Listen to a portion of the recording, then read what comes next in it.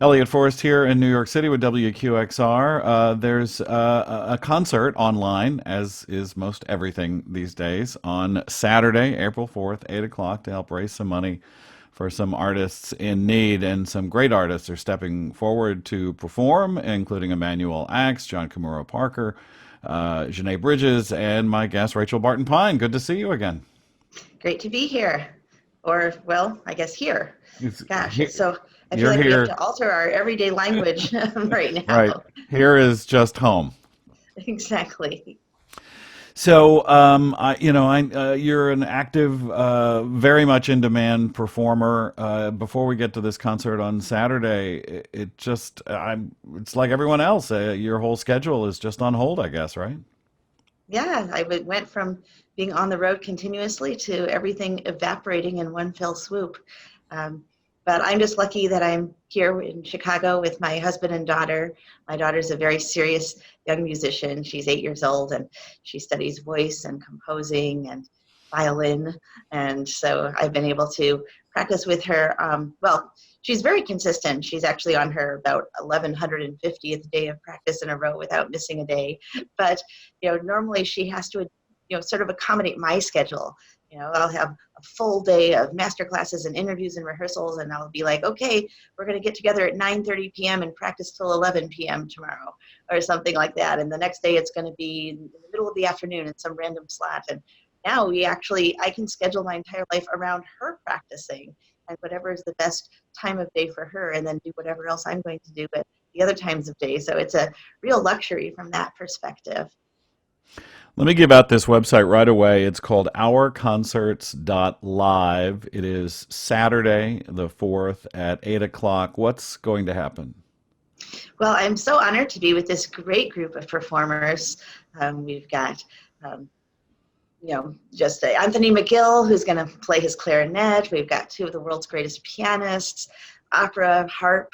I'm going to play a few things on my violin. And so it's a wonderful, kind of like everybody's going to have their own slot.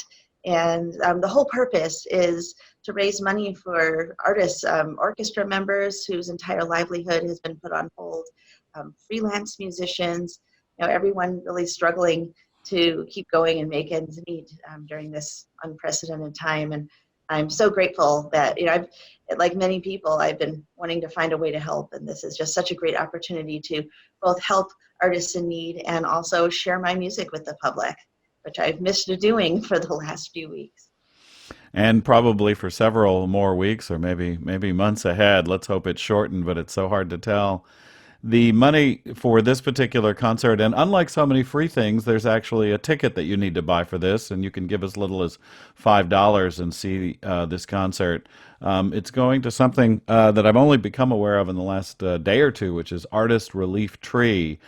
This is, as you mentioned, I think specifically for artists who are really hurt in what basically is a gig economy and pay or play kind of situation. Do I have it right? Yes, absolutely. And there are many funds that are helping musicians of all stripes, but this particular fund is specifically helping classical musicians who, often are on the periphery of some of the other efforts. And so I think for lovers of classical music, it's a really nice directed way to help the classical musicians, who are so much a part of our lives. Do you want to tell us what you're going to play on Saturday? Oh, sure. I can reveal the secret. Well, this is actually a special piece that I composed or arranged or whatever you want to call it. Last summer, I was invited to do a recital for the Cooperstown Chamber Music Festival in Cooperstown, New York. And I thought, well, it's my first visit to Cooperstown. I have to do something related to baseball. And I'm kind of infamous for my theme and variations. I've done the happy birthday ones. That's my big YouTube hit. And other kinds of things, but I thought I'll do something a little different. So I call this a day at the ballpark, and I take a lot of those snippets of music that you always hear at baseball games or other sporting events, and the stuff played on the old organ like they do here in Chicago at Wrigley Field, and I kind of intersperse those with Take Me Out to the Ball Game, and it's just super, super fun.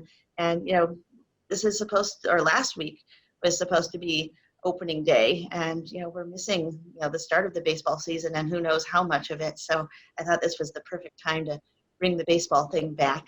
And then my violin, the 1742 Exposini ex Soldat Guarneri del Gesù, was personally chosen by Brahms in the 19th century for one of his proteges, Mary Soldat. And so I'm actually going to close the program with a beautiful rendition of Brahms' Lullaby that was created by the early 20th century American composer and performer Albert Spalding.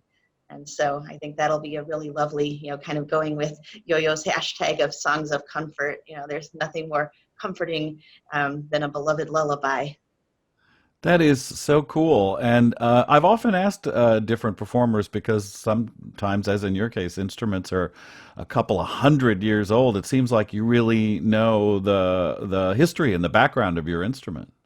Well, I was thinking about how many, epidemics and pandemics and different outbreaks my violin has survived.